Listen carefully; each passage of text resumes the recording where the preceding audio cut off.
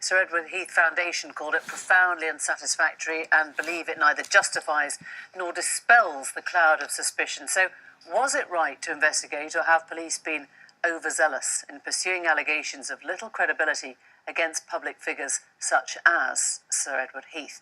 What should be the right way to proceed with claims of child abuse when it's impossible to put the defendant on trial?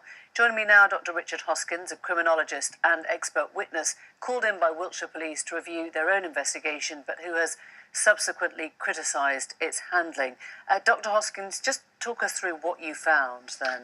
Well, this time last year, Emily, I was presented by Wiltshire Police on Operation Conifer with 2 dossiers and an overview of the investigation. So they gave me a briefing which included the 40-odd allegations to that point that had been made against Edward Heath, 14 forces, and 2 dossiers. One was their own historic witness statements, which went back into the 1980s, dated from the 1980s, but referred back to the 1950s, and Chief Constable Maitlis talked about that today.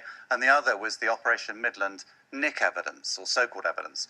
And they presented these 2 dossiers to me and asked me to look at the allegations against Edward Heath. And I did that. I produced a 158-page report, which I have here.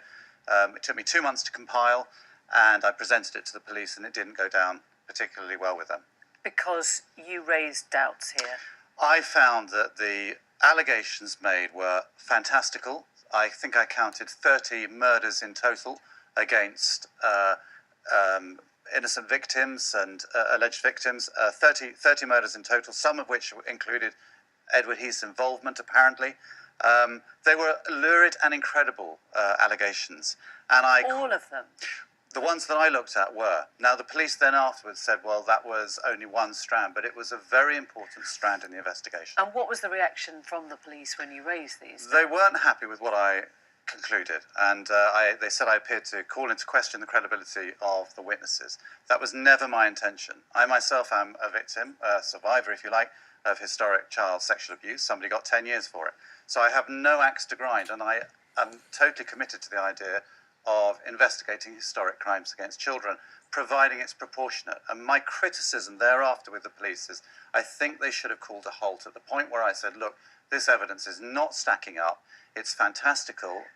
They should have made it more proportionate. But they're not making that judgment, are they? I mean, you know, when people hear you say that you yourself are a victim or you have suffered from sexual abuse in the past, they will surely think, well, that has to be right to allow the police to follow their investigation, doesn't it? It does, but the problem is we've had 20-plus officers and £1.5 million spent on this.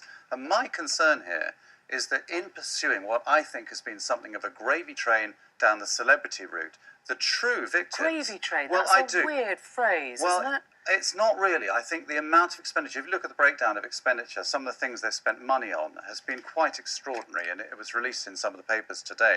When you consider that normal, if you like, victims of child abuse that don't make the mainstream press are suffering day to day, they're not getting this attention. The amount of police effort that has gone into this, I think, has been disproportionate. Dr. Richard Hoskins, thanks very much indeed. Well, joining us now, Gabrielle Shaw, Chief Executive of NAPAC, the National Association for Children Abused in